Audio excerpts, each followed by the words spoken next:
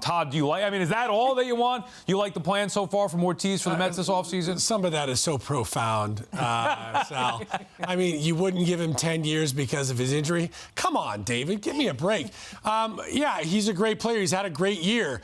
Would I spend $50 million for him? No, I think David might be acting as his agent and not as a comrade and a friend and an analyst, because it doesn't make any sense to me for the Mets to do that, not because of the fact that Aaron Judge hasn't bet on himself, isn't worth whatever the ticket is going to be. But for me, the Mets already have, I think, a solid outfield core. I think Marte and Wright.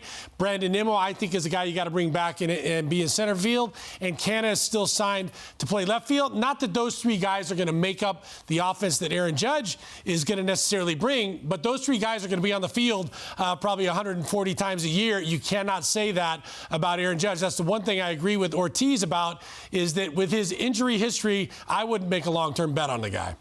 Well, if you are going to think about signing Judge, I do think that's around the number you probably have to think about writing the check for.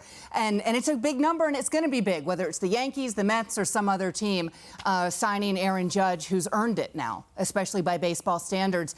I did find it interesting that he included DeGrom in that conversation, guys. I look at Edwin Diaz as so important now to the fabric of these Mets, important to everything they did this season. If I'm going 1-2 with signing an outsider, a big outsider like Judge, and keeping my own, to me, it's Diaz. Yeah, and look, we just don't know if it's possible. Yeah, on paper, of course, I think it'd be great for the Mets to add Aaron Judge, who clearly would fill a void, but he would fill a void for any team. Yeah, is it realistic for the Mets to be able to sign both DeGrom and Aaron Judge? Oh, and by the way, fill out the rest of that rotation and that bullpen? I'm not so sure that that's the case, so it's easy for Ortiz to sit there and say, yeah, go give Judge $50 million. By the way, Aaron Judge is going to get more than, maybe not $50 million per year, he's getting more than the total of $50 million times 6. Yeah. He will get more than $300 million on the open market, and from the Yankees at the very least. Let's make the call to the bullpen and welcome in Britt Ghiroli.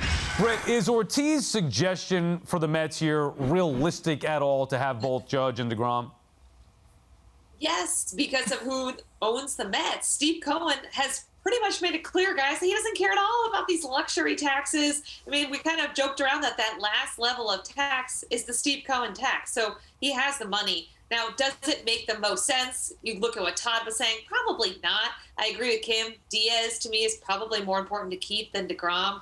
But $50 million for 5 years, if you can get Aaron Judge for that, you do it. He's going to command much more than that. He wants a longer deal. He's going to get a longer deal, and he's going to get more money. Now, if I'm the Mets, I'm involved in this no matter what, because you're probably going to drive up the price just by saying the Mets are involved. That's the fun of the winter. That's the fun of the offseason. Just knowing that Steve Cohen may have interest in Aaron Judge could force the Yankees to overspend on him, hamstring them other places.